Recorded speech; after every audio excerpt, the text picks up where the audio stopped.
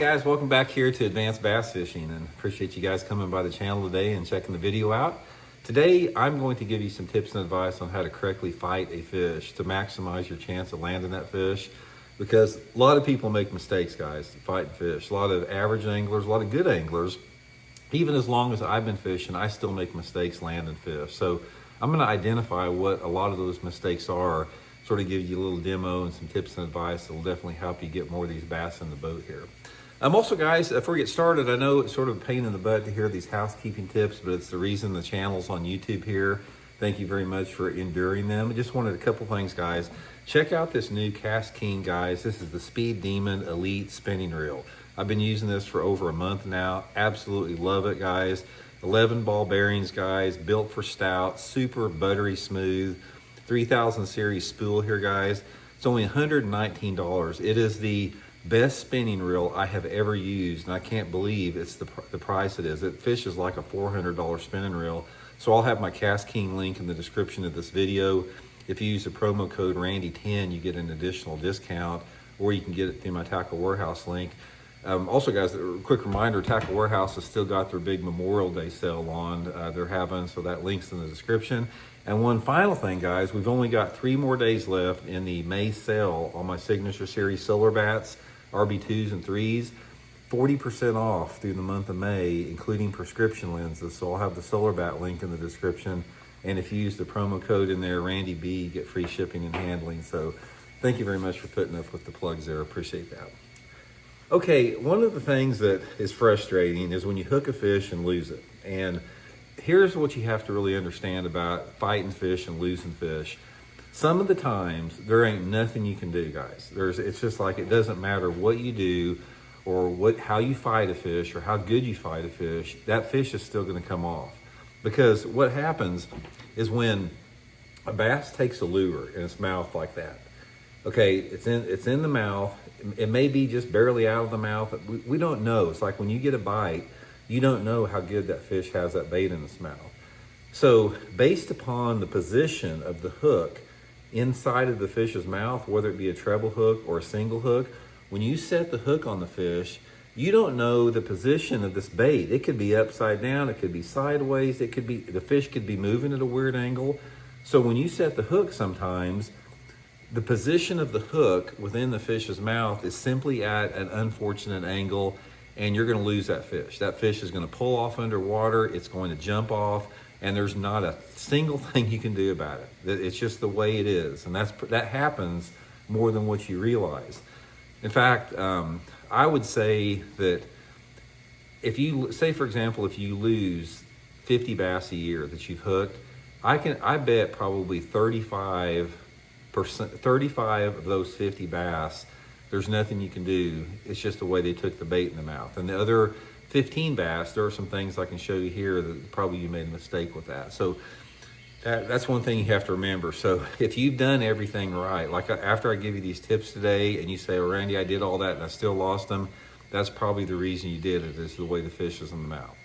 Okay, here's a couple other reasons why people lose fish. And then I'll get into a couple different hook stats. Number one, they got the wrong hooks in there. One of the biggest myths and misconceptions in bass fishing is that you want a big, stout hook is going to increase your odds of landing that bass. That is not true.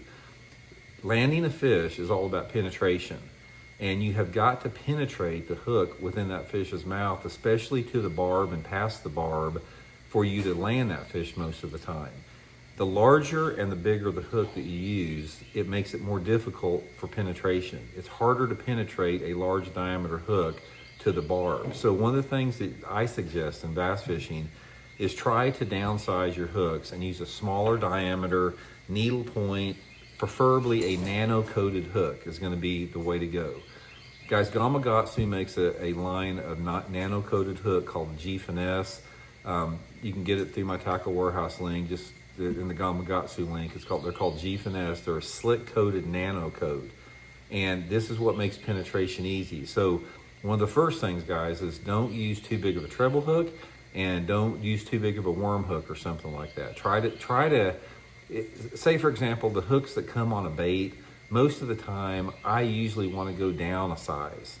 And if I'm fishing a Texas rig or something like that, I don't want this big honking hook in there. I want a little bit smaller hook. It sounds counterintuitive, but I can promise you guys it will make a big difference. So definitely the hook is going to be the big thing with that. The next thing with that is a hook set. Hook set is very critical on both moving baits and slow baits. So let me show you a little bit about the mistakes that people make with the hook set. Now, when you say you're fishing a slow bait, like a worm or a jig or something like that, and you're reeling and you're working the bait like that, and you get a strike, the first thing you do is like, if you feel a strike, you set back on the hook like that. That is instinctive, guys, and that's one of the ways sort of we've all been taught, and you see people do that a lot. You do not want to do that. This is especially on a slack line, guys. You don't ever want to set the hook with a slow bait on a slack line, because what happens when you're fishing, Elijah wants what? What are the glasses at? Oh, you can use it right here. Yeah. Okay, Elijah's got a forging project out there and he had to get some safety glasses on. Hey, don't put those on the ground to scratch the lenses, okay? Yeah. Okay, so anyway, you don't ever want to set a hook on a slack line, and here's why. It's like, say for example, you're working that bait and you get a strike and you reel down, line is slack. Number one, when that line is slack, that fish could still be moving with that bait. And when you set the hook, you don't know how much slack you're going to have to take up, because a lot of times when you set the hook on a slack line, you can set the hook like that and the fish may be in a different direction and you don't get a solid hook set. And then also when you set on a slack line, you tend to snap that bait through in a fish's mouth. And what's happened is when that fish grabs the bait like that and you set on a slack line, a lot of times you'll set it with so much force that, like a jig head or something like that, or a bait, will pop that fish's mouth open and that bait will just come straight out of the mouth. You're not penetrating the hook. So don't ever set on a slack line. And number two, don't ever set in a hurry. Don't ever set as soon as you feel the strike. This is what you want to do on a slow bait. Cast out there, you get your strike like that, your buddy's in the boat with you or something like that, you're not in a big hurry, it's like you're working it and you're thinking to yourself, that's a bite. I know that's a bite. Take some time, tell your buddy, say, hey, I got one moving out with it right now. And he looks over there and you still haven't set the hook, reel down to it, tighten your line out to where your line's tight, because you know exactly the angle of that line, reel down to it until that line's tight, and then just pull back and start reeling like that. Don't boom like that. Reel at the same time you're pulling back, and pull back forcefully, but don't snap it, but reel back at the same time that you're doing it. Because what that happens is you're not popping the fish's mouth open and everything is tight on your line. So you don't have to worry about snapping that line. You know exactly where that line is and you got maximum penetration by reeling into that fish just like that. That's a big part of it with it. Next thing with it is the direction that the fish is moving. You always want to fish, and this is probably one of the most critical tips I'll give you. You always want the fish moving towards you in one direction. You don't ever want to reverse course. So in other words, let's say for example you set the hook on the fish and you're fighting that fish in to the boat, and that fish is coming to you, and all of a sudden you're fighting it next to the boat like this, and then the fish starts going on the other side of the boat. Don't try to turn the fish the other direction, because when you try to reverse the direction of that fish, you're also probably reversing the direction of the bait within its mouth, and that will dislodge the bait a lot. And I've even made this mistake even recently, guys. Do not try to reverse course on the bass. If that bass is going in a certain direction, you follow that bass around the boat and let it keep going in the same direction. David Fritz was a master at this. If you ever watched him, he would always follow the boat fish around because he wanted that hook position to be in the same position the whole time. So what I do, when I've got a fish on and I'm fighting it by the boat, I always try to lead that fish around. It's like, I'll pull it like this until it turns directions, and then once it turns directions, I'll try to follow my rod tip in the same direction that nose of that fish is heading in. This is critical, guys. Never try, this is the golden rule of not losing fish. Never try to reverse direction on a fish. It will cost you more than not when you do that. That's a big part of it. Other things that play a role in it, guys, are like your rod action. You always want to have the appropriate rod action for the lure category you're using.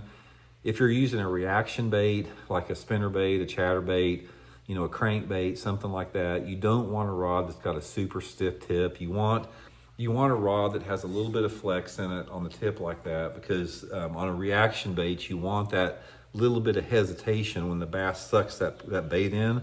Because on a crankbait or something, let's say for example, this jig's a crankbait. When that crankbait's going across the water, these fish will swim up behind it, they'll flare their gills and they'll suck it in backwards like that. And a lot of times, if you have too stiff of a rod, you'll pull that fish away from the suction. And if you got a little bit softer rod, it allows that rod tip to give. It gets that bait a little bit deeper in the fish's mouth and you'll land it. And then on the other end of the spectrum, if you're fishing like a single hook lure that requires a little bit more penetration and it's a little bit larger profile lure, then you want to use a little bit stiffer rod simply for a penetration factor.